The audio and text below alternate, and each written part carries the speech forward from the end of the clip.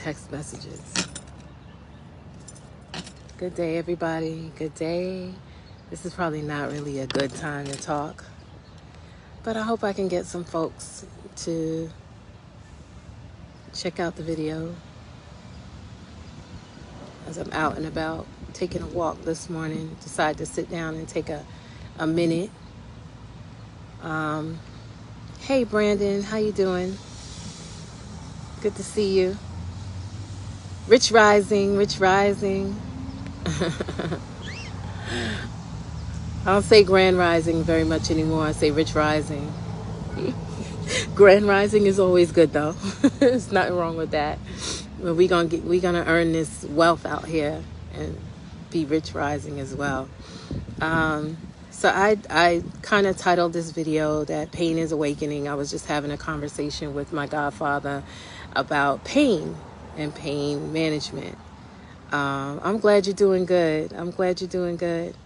And talking about pain management, dealing with pain and pain being awakening. And so I bring this up because I just recently had a surgery, and the surgery is extremely painful in its recovery.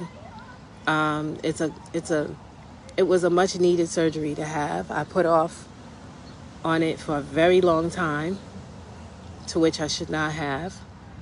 But a lot of times we don't do what we need to do when we need to do it, right? We wait until the diagnosis gets really fucked up before we really start to do anything about what we do. You can see in my face that there's a change. I'm currently in pain right now, but I'm managing it.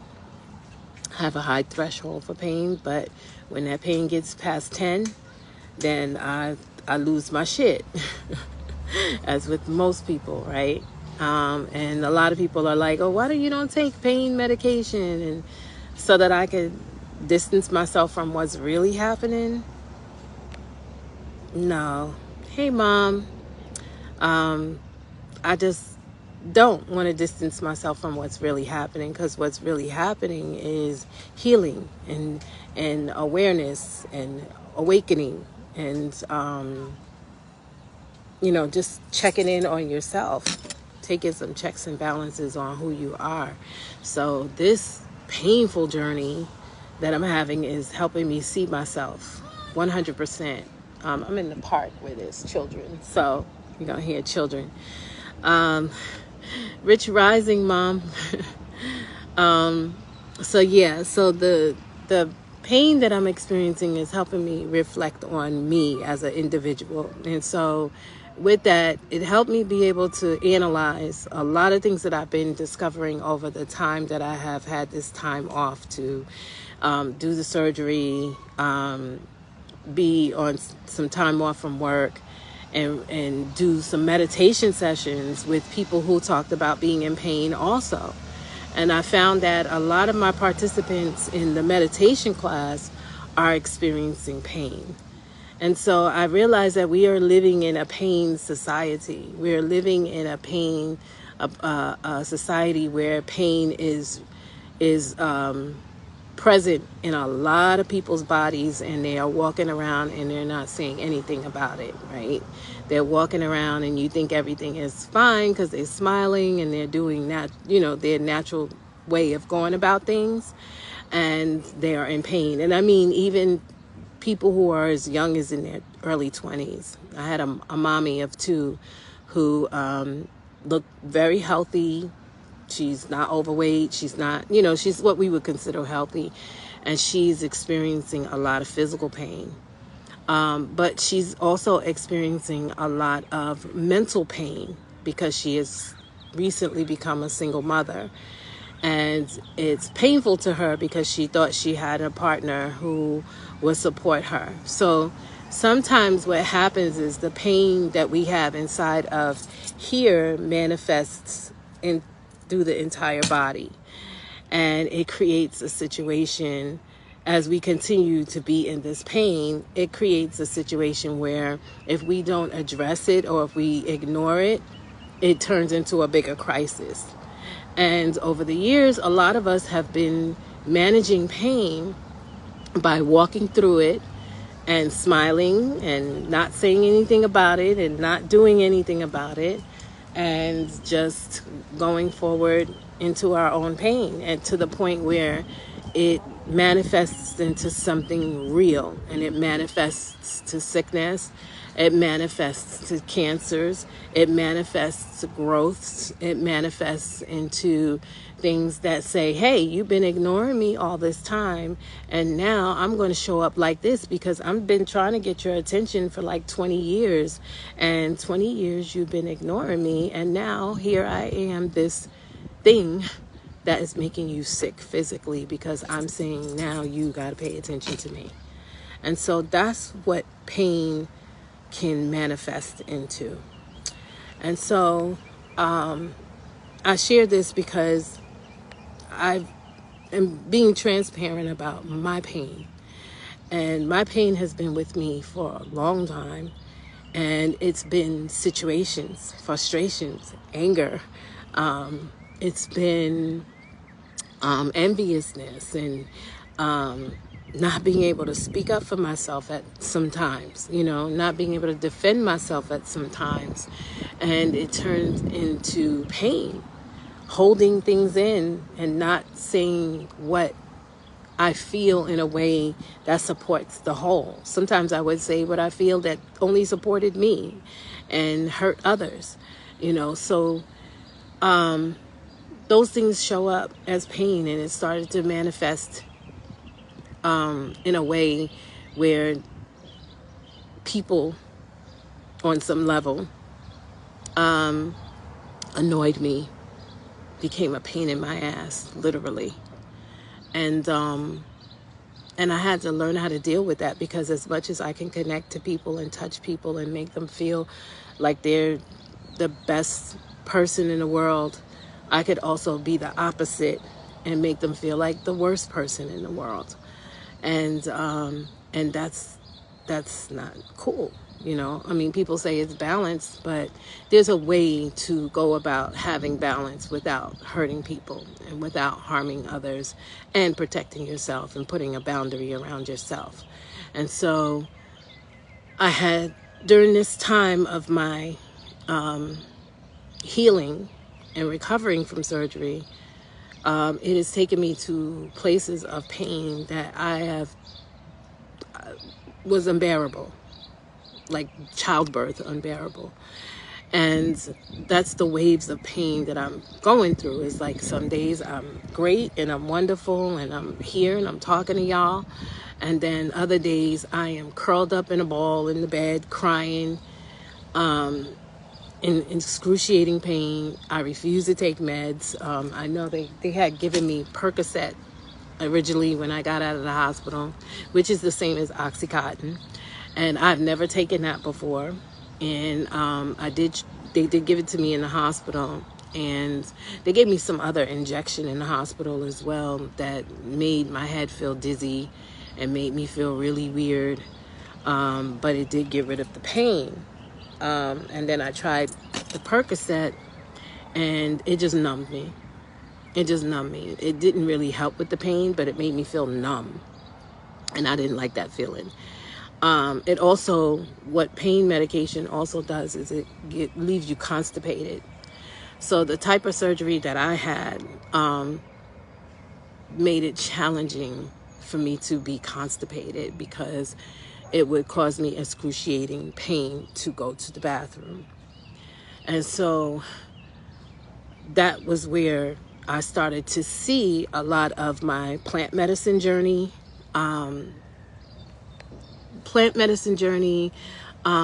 information come true or make sense.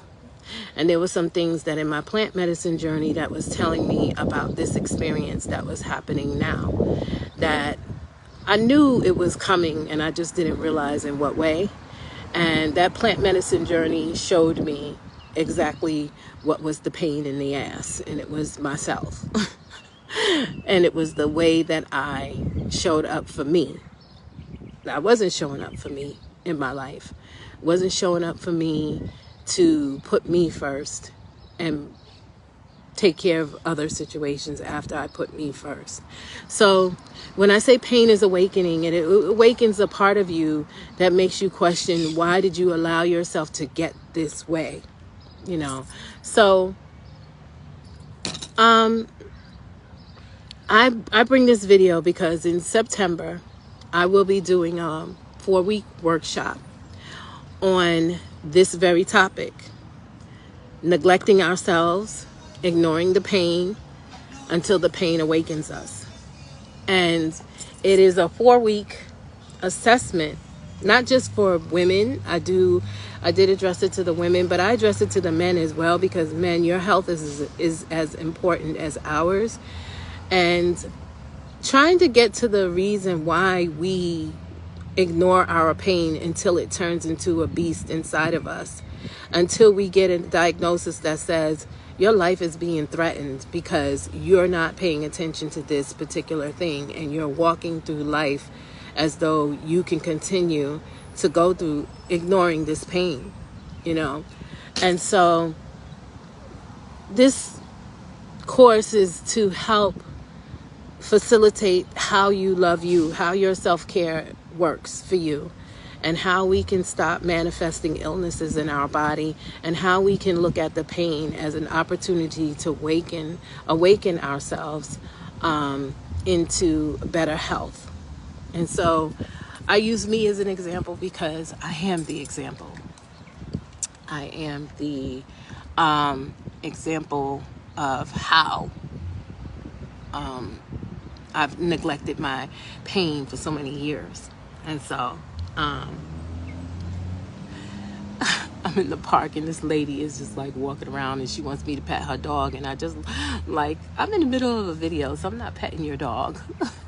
I'm sorry, not sorry. But yeah, so that's what this workshop and this is about. I'm sharing my experience and being transparent about the type of pain that I'm experiencing after this surgery, during this recovery, and discovering who I am, discovering what caused me to get to this point where I had to have surgery. Why did I ignore my body so much to this point? And talked about self-love, and talked about going to do these self-love acts, but not dealing with all of the stuff. You know what I mean? Like the self-love acts and giving yourself time and giving yourself a break, but not the self-love acts that make you address internal pain without popping in a pain pill, but actually finding out what energetically does this pain have to do with the stuff that I'm dealing with: financial stuff, family stuff, relationship stuff, career stuff, all of these things that we kind of just operate on a day-to-day without even thinking, and thinking that, oh, these things are in a good place, until we have to deal with it. And a lot of times we don't deal with it. And that's part of self-care, So I hope I'm making sense to those who are watching, because it's been coming to me during this time. This is, like I said, today's a good day. I'm not stuck in the bed crying in pain. And I was in a horrific amount of pain yesterday, and I feel some of it today. Thank you, cousin, for chiming in. I'm starting to feel different pains, and I know exactly where it comes from. I love my firstborn. Oh, praise, praise, praise. I know what you're about to say, cousin, and I'm trying to click see more. Oh gosh, I'm with you right now. Yes, I'm separated. Oh my gosh, we gotta talk. We gotta talk. I love my firstborn, but she is weaponized by my... We gotta talk. There's so much we have in common. There's so much we have in common. And so many of us is walking around like this. So many of us. I'm sorry that I'm crying, but this is a tough journey. It's a tough journey. I see it all, cousin. I see it.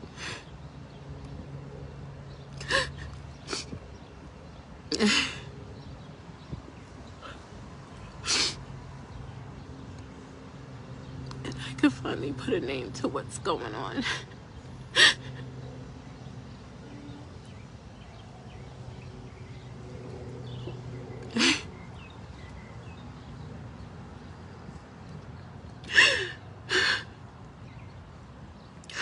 All these years I've been on social media, and I've been assisting others. And when I saw the outpouring of love after my surgery, I realized that I have not been pouring into myself the way I've been pouring into others. Even during my time of away from work, I've been trying to build an enterprise and trying to save myself from living in survival mode. And still wasn't addressing me, really me. And so when I see this, cousin, you and I are so much on the same page. And I think many of us are, and we don't talk about it. And we don't want people to know because we want to be in good spirits. And there's nothing wrong with wanting to be in good spirits. But at what point do you sacrifice your own truth? You know, survival mode. We are all walking around in survival mode. And we're all trying to survive the best way we know how. And a lot of times we don't speak on being in this mode. I don't have any tissue with me, but, you know, it is what it is. Survival mode. It's time to move out of that. Yeah. I had a sister once tell me that she is in constant survival mode. She's in fight and flight every single day. And she's fighting for survival. And we are chosen people. We are chosen people from the Most High. We don't need to be walking around here in survival mode. But who taught us how not to be in this space? Everybody that we've been raised with over the years have been in survival mode. So we've been following their blueprint. And we've been trying to make our own blueprint out of the blueprints and the footprints that were set in front of us. And so we use them as a guide, but we try to create our own stamp. And when you don't know how to create your own stamp, you kind of just stamp all over the place, right? And figure it out step by step. And it's challenging to get to know yourself. It's even more challenging when you have to sit in the pain of who you are and figure out how to go from there. You know, there's no way in the world that I could walk around and not give a damn about people and not give a damn about my family and give a damn about people that I love. There's no way I can do it. But there is a piece of me in this healing that's saying sometimes you have to do it. And it's not to not give a damn because you just don't want to give a damn. But how much is that stripping from you by giving a damn? By putting all your energy into something and someone that is not serving your higher self, that is not serving you and not assisting you, but giving you more pain. And there are so many situations that I have created for myself that I told myself that I would not walk back into, that I constantly walk back into by giving a damn. And so this pain that shows up in my life is saying you have to stop because it is killing you. You will die if you don't stop. You are beginning the dying process if you don't stop. And so I had to stop. I had to sit in my bed. I had to turn off the computers. I had to turn off everything and just journal, look at myself, reflect on everything that led up to this point. And I had to choose me. We have to choose us first. Especially mothers and fathers that are taking care of children. We have to choose ourselves first. We can no longer live to people's bad behavior and support that. You know, we post videos about narcissism. Trust me, I have the same issue with one of my children, and I love him so much, but he is so hard. He's so hard. But I realize, and this is the one thing I said before, cousin, is that my oldest child is my 17-year-old me. I had him when I was 17. He is my 17-year-old me. He is the angry part of me. He is the frustrated part of me. He is the part of me that thought I knew everything and nobody could tell me nothing at all. He is my 17-year-old self. And I come to realize that I don't like my 17-year-old self. And it doesn't mean that I don't love him, but it means that I didn't like my 17-year-old self reflecting back at me in my child. And he reflects who I was in a lot of ways. And had it not been for me changing my life and changing the direction and changing my mind and going through some experiences like what I'm going through now, I would have never saw that. And I would have kept thinking that he's just an evil child, you know, and he's not that. He's everything of who I was. I didn't treat my mother in the way that he treats me, but I can't say that I was always kind at that age. So I had to look at me. Anything that is reflecting towards me, I have to look at me and ask myself, what role did I play in that manifest in the way that it did? Because this is a seedling that came from me. This is a seedling that came from my womb. I nourished this individual in my womb. I nourished this individual coming out. And what parts of that is me? And I had to learn how to go to that 17-year-old girl and deal with her nonsense. And even though that my son is acting out as my 17-year-old self, I can't come to him, but I can come to her. And I can reconcile that relationship with her. And hope that that energy transmutes to him when he is ready. I won't chase. You know, I won't chase. I will let you have your time, and I will let you sit in your anger and frustration, and you can call me what you want. You won't call me to my face, but you will call me what you want back there and get it out your system. And then when you're ready to come correct, I'll be here, because I got to deal with my pain. I can't deal with the 17-year-old self all the time, because I have a 22-year-old self. I got a 23-year-old self. I got a 25-year-old self that I got to deal with. I got all those years of stuff that I got to deal with. And I have to bring her to 52 years old right now. And I have to let them all meet each other and have peace with some of the things and the decisions and the stuff that we've neglected and the things that we've done to ourselves and the things that we, in ways that we disrespected ourselves or put ourselves on hold and let people come before us. I have to deal with all of that all the way up to the age of 52, which is half of my life, because I got another half coming. I know I got another half coming. But this is the part where I have to deal with it. Thank you. Yeah.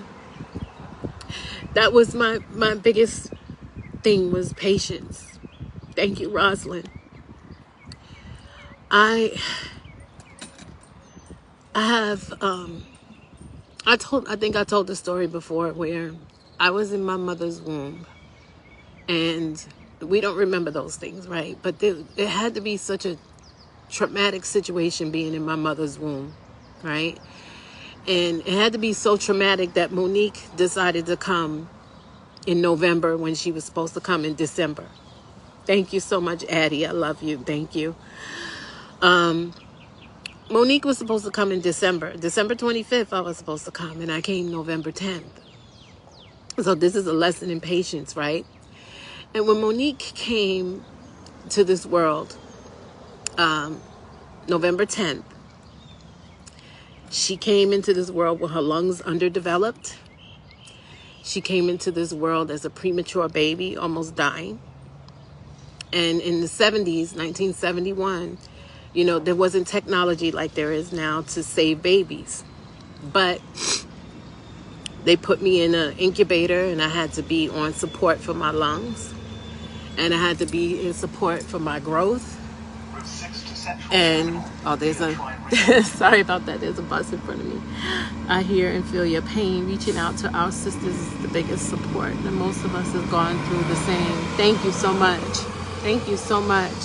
Oh my gosh, I love you, Karima.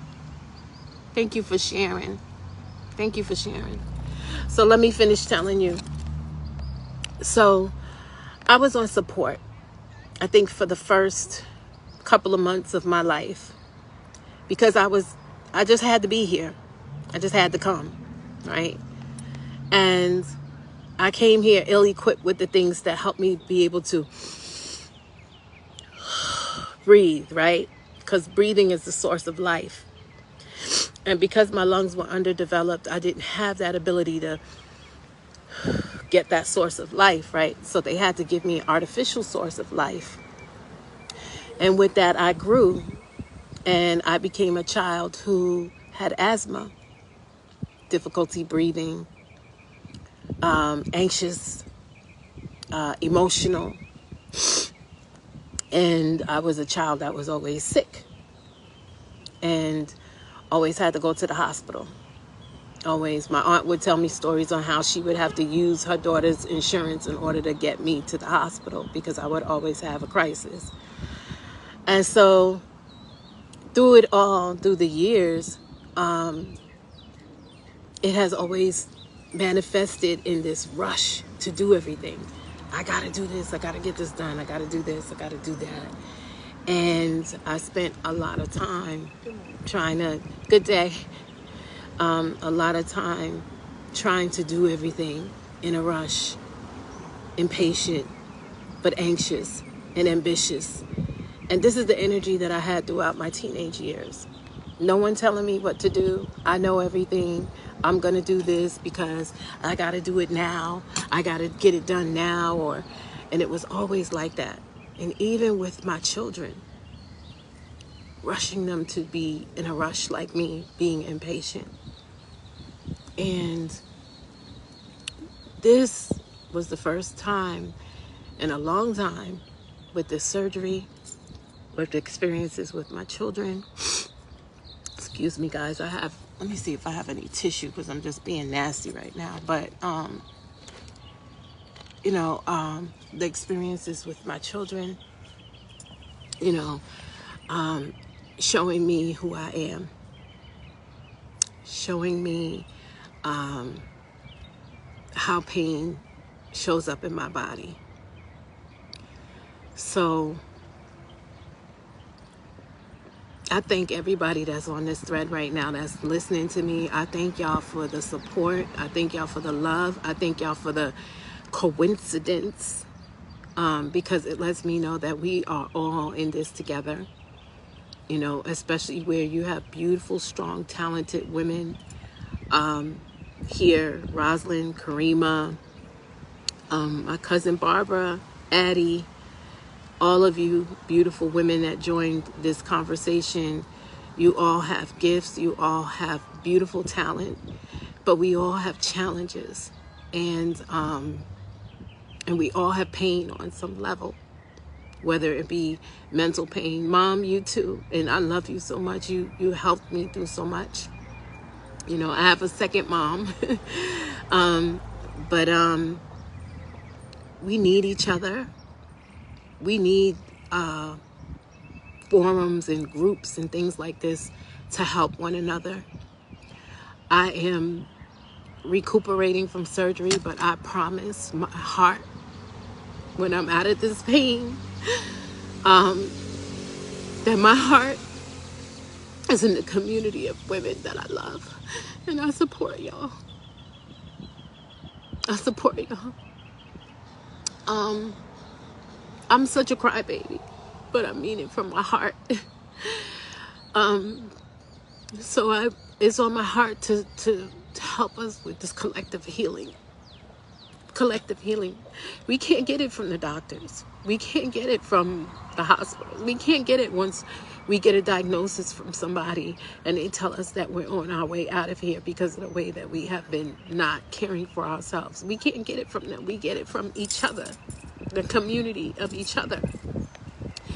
And so I extend my community.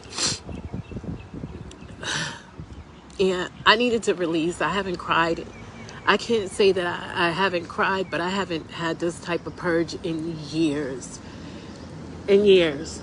Because I had to hold my head up for certain things, and I had to like suck it up and shut up in some instances. And the pain that manifested inside my body was like, you got to release a scream from your throat. And I had to. I mean, I'm sure my neighbors had heard me the other day when I cried. I cried and screamed so loud that I swear somebody was going to call the cops. But I needed to do it because I had that kind of pain inside of me and it had to go.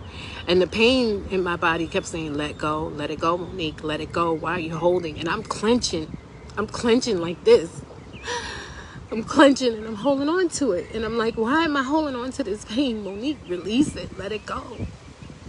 You got to let it go. Otherwise, it's going to be harder and the pain is going to hurt even more. And it was such an instinct to hold it. It was such an instinct to keep holding it and holding it and holding it. Because I was like, no, no, no. And where my body was like, you better let it go or we're going to break through. And it broke through me so bad that I screamed.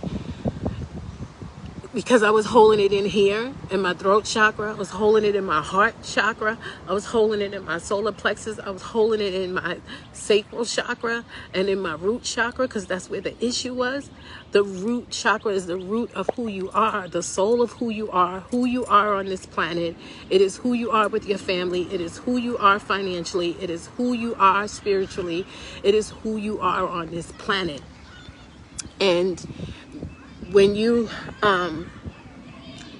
suppress everything that supports you, you are putting yourself in jeopardy with your root chakra, because you're not honoring yourself. You're not honoring all those things. And so as I'm clenching and I'm holding on to this pain, it is pushing through to the point where I had to scream.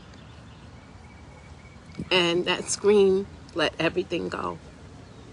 Let everything out. All the plant medicine journeys, all of the meditation, all of the stuff that I was holding in that was communicating with me about what was going to happen today showed me. So, yeah, we do need a trip to the water. I was going to go to the beach today. I'm like about 10 minutes from the beach. I love you too. I love you too. And that's one of the reasons you all inspire me to do these sessions, even just online, to expand myself, because there's so much that we need to do in order to stop dying on a day-to-day basis to our own choices that make us suffer. Pain is very awakening. That pain that I was holding on to that broke through me was like, excuse my language, bitch, you better stop and pay attention to what you're doing, because you created every bit of this. You created every bit of what's happening in your body.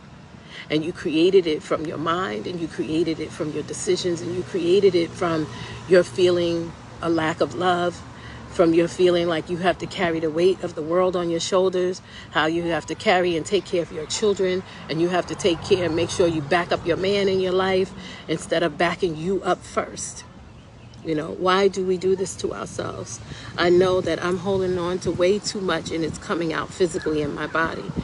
Because what happens is when you hold on to all of that stuff, it blocks your energy to do other things, right? Things that you like to do. It fills up and it goes up and up and up, right? To the point where your organs are like, okay, we can't do this because you want to do this. Let me come out of the, I can't even see the camera. I'm hoping you guys can see me. I'm so proud of you, Monique. You're such an inspiration, giving a testimony. You're helping a lot of people with what you're going through. You're helping me. I'm always available. I love you so much, Mom. I do. I'm so grateful. I'm so grateful to the Most High for you. I really am. Because this has been a long time. You know, we walk around here fake a lot of times. You know, and it's not intentional. I think people's fakeness sometimes is not intentional. I think sometimes it's because we're trying to hold ourselves up, right? We're trying to hold ourselves up and we're trying to make ourselves feel stronger, you know. But it's fake because we're not dealing with what's real. And all this time, you know, I can smile in people and not be like, you know what, girl, I'm smiling to you right now, but I'm in so much pain. So can you give me a moment? I'm going to try to get it together, you know. But instead, we hold on to it because we don't want people to see us this way, right? We don't want people to see us hurting. We don't want people to see us struggling. We don't want people to see us authentically. I'm being authentic because my body said it's time for you to stop being inauthentic because you're going to keep having pain. You're going to keep having pain. And so if you're just jumping into this video, I'm sorry. I'm being transparent with a lot of things right now. And I'm also trying to, I guess, introduce a workshop so that it can help others. But this is all helping me do this. And I don't have tissue, so I'm got tears and snot running down me. I'm just like outside. I was taking a walk because I was in so much pain. But yes, I agree with you, Rosalind. It's those times we felt it necessary to be fake, but now that we realize the root of our pain, is to start the healing process by accepting what is. Yes, absolutely, absolutely. Good day, Karen. Hey, beautiful. How are you? I'm all messy this morning and I don't have a tissue. I'm not embarrassed, but just want to give my love. But it's, yeah, I mean, I'm glad that I'm in the pain because it's waking me up. You know, I'm sorry that it had to take me to get to this point to really wake up about how I take care of myself, how I show up for myself. You know, I think a lot of us don't show up for ourselves, and these moments come when we don't show. I know the struggle with pain and dealing with shingles. Oh my God. I can't even imagine what shingles feels like. But, you know, I tell my sister, because I had another sister friend who had surgery the same week that I had surgery. And she had a fibroid the size of a watermelon. And she's a holistic sister. And she said she tried every holistic means and she had to finally get it removed along with a hysterectomy. And we've been checking in on each other about our pain levels. And she's like, how much pain are you in today? And I'm like, girl, I can't even get out of the bed. And she's like, me too. And then the next day it's like, oh, well, I'm outside taking a walk. And the next day she was out taking a walk. And so she had fibroids. She had a large size of a watermelon and another one was size of a cantaloupe. And she tried, but she put it off. And we both talked about how we kept putting off our health for so long because you can't take off work. You can't take time off of work, or you can't stop doing what you need to do. You got to get this money. You got to pay bills. You got to do. We didn't stop functioning on what we thought was life to deal with what was happening inside of us. So it was building and building. You got surgery for fibroids, also the size of a 6-month-old baby. Oh my God. And so I asked myself, when I hear these stories, sisters, what do you think that really is a manifestation of? What do you think the fibroids are a manifestation of? Is it unresolved relationships? Is it unresolved issues with money? Is it unresolved? What I'm saying to myself, are these situations of pain opportunities of us giving birth to things that we ignore? So they birth themselves in other ways in our body. You know, are we giving birth to these things? Yes, financially, it makes you put it off. Yeah. I put off taking care of myself 100% because I was a boss at my job. You know, I'm making 6 figures. I got a team under me. You know, I'm expected to show up every day. I'm expected to put people on point. I'm expected to train. I'm a teacher. I'm a nurturer. I'm one who loves. So I'm expected to do these things when I go to work. I can't take a day off and take care of a wellness situation. I'll deal with that later. And that's what we do. And we do it every day. You know, and then when your children call you or need you, you're there for your children.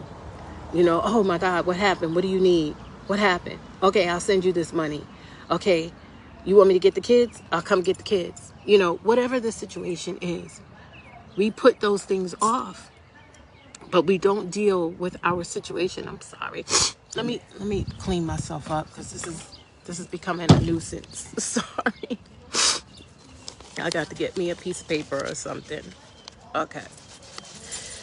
All right. I got something. Yeah, that's better. Yes, that level of stress makes those things worse when the body turns on itself.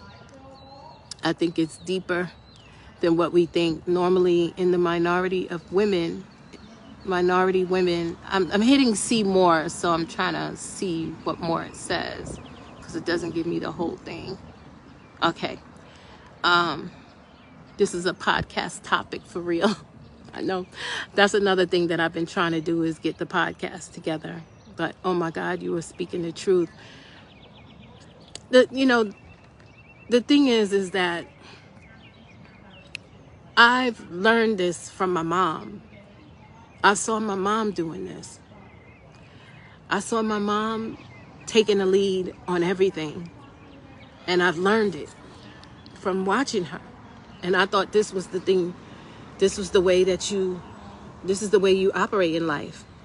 I'll be honest with you. When I was a teenager, I said to myself, I want to be a single mother. I did say that. And I said it because the way my mom presented it was like, you get to do all these things. You get to handle all this stuff. It was a very ignorant statement. But the way I looked at it is that my mom was like my biggest hero because she was doing all of this stuff by herself. And she didn't need anybody to help her. And that wasn't the way to do it. I had my father in my life. But watching them have a co-parenting situation and watching her do what she needed to do on her end to take care of us, and watching my dad do what he needed to do when we came out there to visit him and his beautiful wife Denise, having a co-parenting situation, it looked easy. And I know it wasn't. I know it now as an adult that it wasn't. But when I was younger, they made it look so easy. So I stepped into this idea that it's going to be easy, and it's not. Especially when you are learning yourself and learning how to raise children at the same time. You're not really learning yourself. You're on fight and flight every single day. navigating parenthood and trying to grow up at the same time. And when you do this over the years, it builds and it builds and it builds and it builds. And you start leaving yourself in the back. You know, when people make you feel good about being a mother, you want to do more motherly things. You want to do more things to show up as a mother, and you do it, and you get pushed to the back. When you do things on your job and they give you a promotion and they say, "Oh, you did real good," you want to maintain that goodness, so you do more for that job. What more are we doing for ourselves on a personal level when we get home, so that we're not building illness in the body? You know, I'm actually in the midst of doing a podcast on these very issues. Sis, I want to support you on that. Please let me know. Please let me know. You know, and even whether you're in relationships or you're single, we always put everybody above us. And we always put our stuff last. So I'm going to tell you another situation. And it's in reference to my mom. And I think I said this before. So the solar plexus is your third chakra, right? That's the chakra that deals with your self-esteem, your self-awareness, your confidence,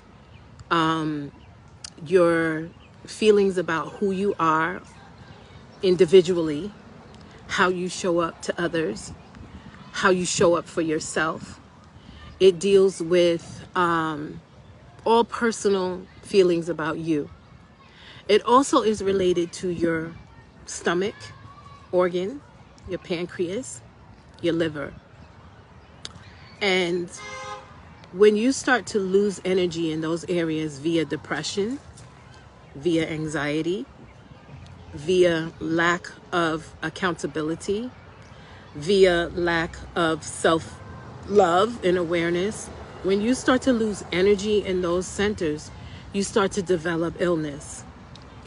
So my mother's solar plexus issue was depression. And her depression started to come when she became an empty nester. When she became menopausal.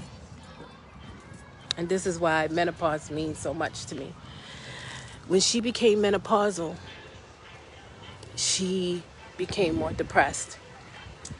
And in that menopause, she manifested illnesses.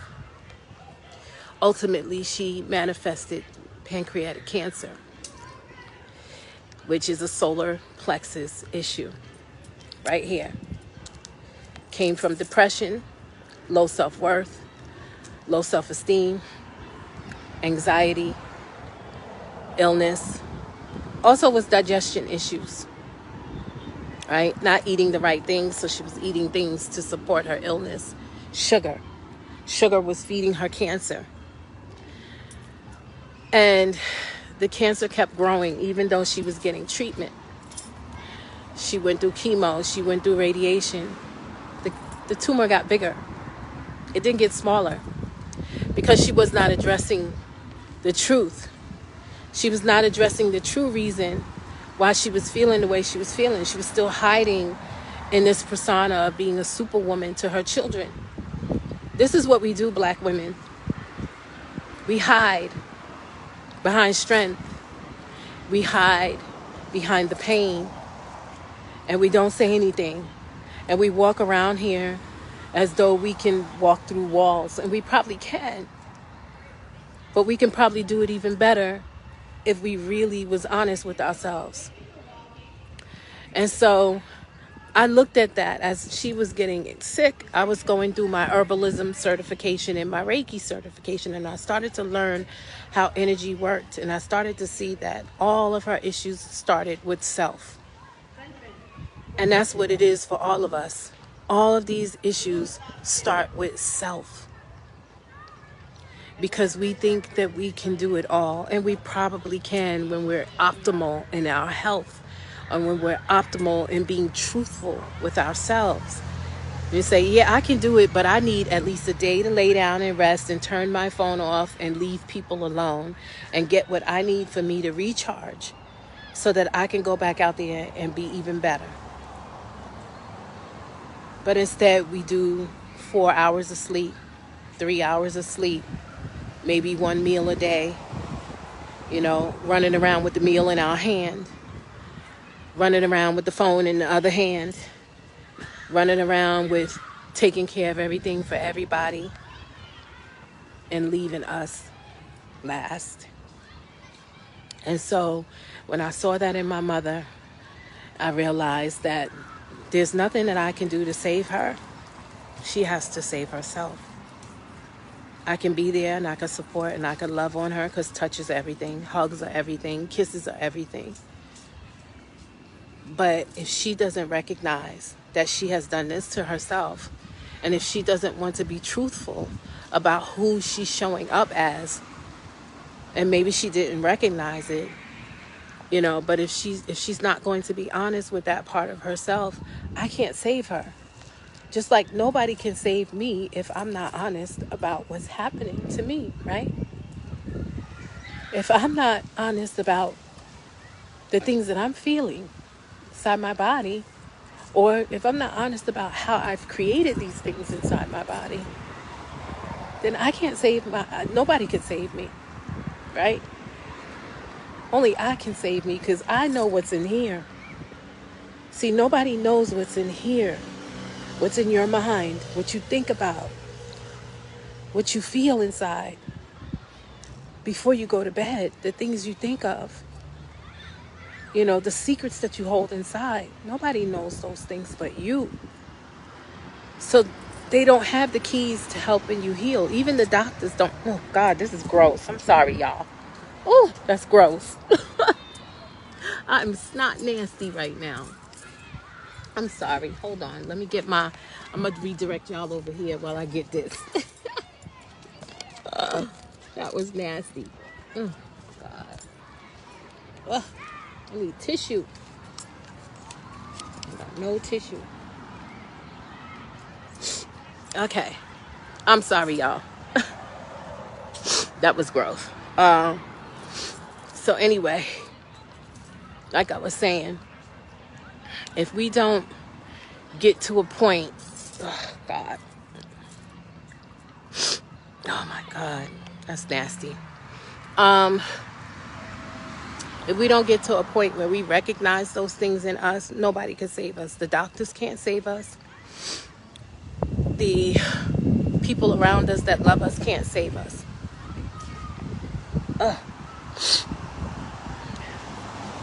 Girl, I know I'm a mess.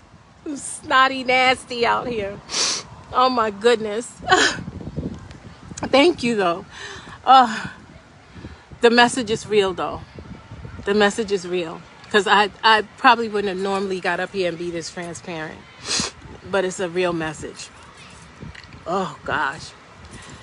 But that's what I had to do. I had to realize that the only person that can save me is me. And the only way that I can save myself is being truthful with myself.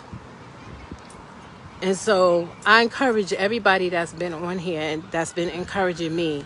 Thank you so much for listening to me today. Thank you so much. I know all of you guys have been praying for me and praying for my recovery. This is no joke. I'm thankful for it because I needed it. It's like I needed a kick in the butt to make me stop doing all the things that everybody on the outside wanted me to do and start really paying attention to who I am and how important and how valuable I am to me and my community. And I can't be valuable if I don't put myself as a value. And that's the overarching message, is if we can't do the things that we want to do in life if we don't start putting ourselves first. If we don't start looking at really what causes us to have all of these things going on.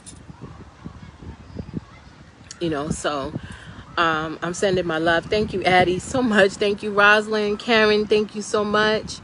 Kiwa, I know you joined in for a little bit. Denise, Mom, I love you. Karima, everybody that joined in. and watch my snotty cry. Thank you so much. Thank you so much. And you guys are helping me. You guys are really, you don't know how much you're helping me. I've been crying all week. And just receiving all of this love just lets me know that, you know, people are rooting for me, and I'm rooting for you all too. I give so much of this to you guys as well. I love you guys so much. Thank you so much, Karen. Thank you so much. I'm gonna go ahead and finish this walk and cry a little bit more. I gotta purge, but I love you and thank you so much for watching.